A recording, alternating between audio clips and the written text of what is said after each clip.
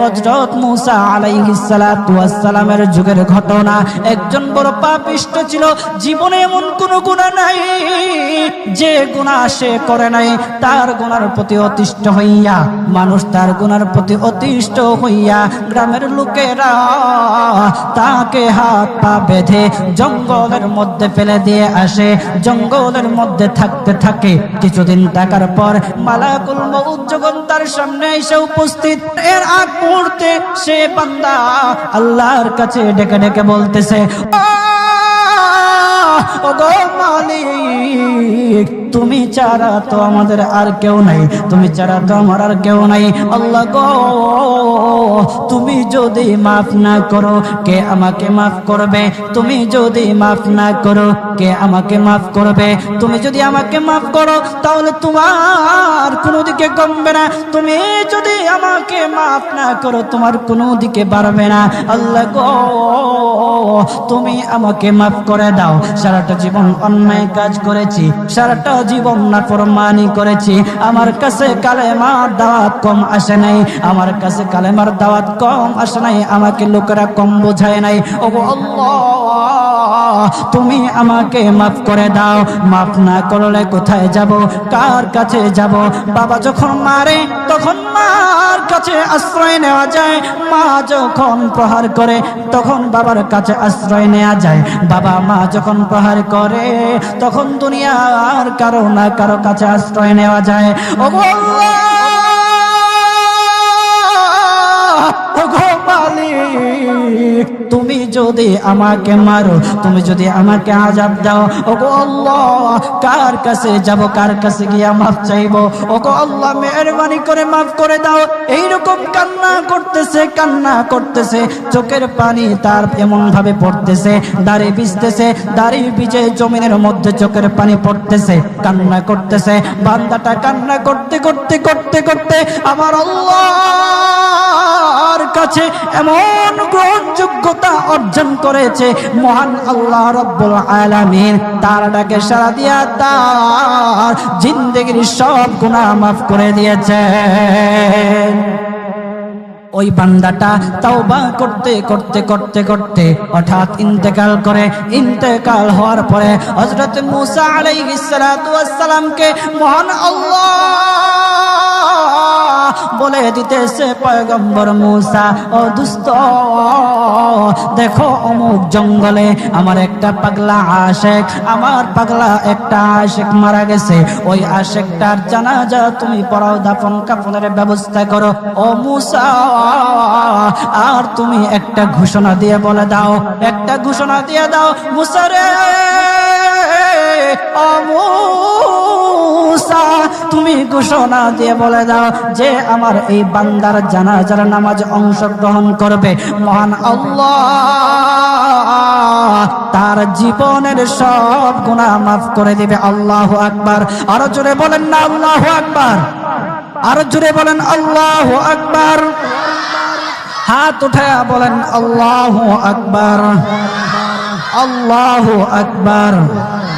মুসলমান বাবাজি, গভীর মনোযোগ। হযরত মুসা আলাইহিস সালাতু ওয়াস সালাম একটা পাহাড়ের উপরে উঠলেন। পাহাড়ের উপরে ওঠার পর তখন ডেকে ডেকে বলতেছে, ও উম্মতেরা রে, আমার উম্মতেরা শোনো, আল্লাহ রাব্বুল আলামিন একটা সুসংবাদ দিয়ে দিয়েছে। আমার আল্লাহ রাব্বুল আলামিনের একটা আশিক একটা ওই অমুক জঙ্গলের মধ্যে মারা গেছে, ওই পাগলা আশিকের জানাজার নামাজ অংশগ্রহণ করো। যদি জানাজার নামাজ পড়ো তখন আমার আল্লাহ তোমাদের জীবনের সব গুনাহগুলি মাফ করে দেবে। কেউ যদি নিজের গুনাহ ক্ষমা করাইতে চাও, কেউ যদি নিজের গুনাহগুলি ক্ষমা করাইতে চাও, তাহলে মহান আল্লাহ রাব্বুল আলামিনের ওই পাগলা আশিকের জানাজায় অংশগ্রহণ করো। তখন লোকেরা দলে দলে জানাজায় অংশগ্রহণ করার জন্য দলে দলে গেল, জানাজার নামাজ আদায় করলো। আদায় করার পর পয়গম্বর মুসা আলাইহিস সালাতু ওয়াস সালামকে বলতেছে, ওগো আল্লাহর পয়গম্বর, ও পয়গম্বর, যার জানাজায় অংশগ্রহণ করার কারণে মহান আল্লাহ তার জীবনের সব গুনাহ মাফ করে দেবে। এমন মহা ব্যক্তি, তো এই মহান ব্যক্তিটাকে তো একটা নজরে দেখা দরকার, অবশ্যই দেখা দরকার। আমাদেরকে সেই ব্যক্তিটাকে দেখান। তখন মূসা আলাইহিস সালাতু ওয়াস সালাম বলতেছে, ঠিক আছে, তোমাদেরকে দেখানো হবে। তখন যখন দেখাতে গেলেন, দেখানোর সাথে সাথে লোকেরা বলল, পয়গম্বর আপনি কি বলেন, এই লোকটাকে তো আমরা ভালো করে চিনি। ওই লোকটা বড় পাপিষ্ঠ ছিল, বড় অন্যায়কারী ছিল, বড় জুলুমকারী ছিল।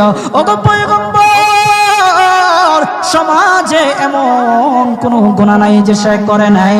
সমাজে সব গুনাহ করেছে, সমস্ত গুনার সাথে সে জড়িত ছিল। তার গুনার কারণে আমরা অতিষ্ঠ হইয়া তার হাত পা বেঁধে আমরা তাকে জঙ্গলের মধ্যে ফেলে দিয়ে আসি। এই পাপিষ্ঠ বান্দা আল্লাহ তাআলার বড় আশিক হতে পারে কিভাবে? আল্লাহ তাআলার পেয়ারা হতে পারে কিভাবে? পয়গম্বর মূসা আলাইহিস সালাতু ওয়াস সালাম আল্লাহর কাছে ডেকে ডেকে বললেন, আল্লাহ,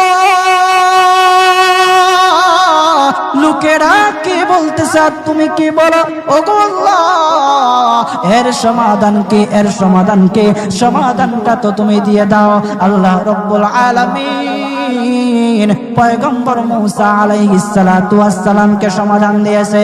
বলতেছে, ও মূসা দুষ্ট রে, ও দুষ্ট, তারা যা কথা বলেছে, লোকেরা যে কথা বলেছে সত্য বলেছে। আমি আল্লাহ যা বলেছি তাও সত্য বলেছে। ও পয়গম্বর মূসা, তারা যা বলেছে সত্য বলেছে। ওই বান্দা বড় পাপিষ্ঠ ছিল, ওই বান্দা বড় অন্যায়কারী ছিল, কিন্তু শেষ বয়সে আইসা তার হাত পা যখন বেঁধে যখন লোকেরা জঙ্গলের মধ্যে ফেলে দিয়ে আসলো, তখন সে আমার কাছে এমন ভাবে কান্নাকাটি করা শুরু করে দিয়েছে, এমন ভাবে তওবা করা শুরু করে দিয়েছে। আমি আল্লাহ তাআলার এত দয়া, আমি আল্লাহ তার ডাকে সাড়া না দিয়ে পারলাম না, তার ডাকে সাড়া দিয়ে দিলাম। ও মূসা, সে তাওবা করার সময় যদি সবার জন্য সে তাওবা করত, যতজন লোকেরা বেঁচে আছে, যতজন উম্মতেরা আছে, যতজন লোকেরা আছে, সমস্ত লোকদের জন্য যদি সে আমার কাছে তাওবা করত, আমি আল্লাহ তার তাওবা মুহূর্তের মধ্যে কবুল করে সমস্ত বান্দাদেরকে মাফ করে দিতাম। সুবহানাল্লাহ, জুড়ে বলেন লিল্লাহি তাকবীর, নারে তাকবীর। কত দয়ার আল্লাহ! একটা বান্দা সারা জীবন গুনাহ করেছে, অন্যায় কাজ করেছে, শেষ বয়সে আইসা শুধু আল্লাহকে ডাকছে, আল্লাহর কাছে মাফ চাইছে। আমার আল্লাহ রব্বুল আলামিন তার পিছন দিকে আর তাকায় নাই। আমার আল্লাহ রব্বুল আলামিন তাকে মাফ করে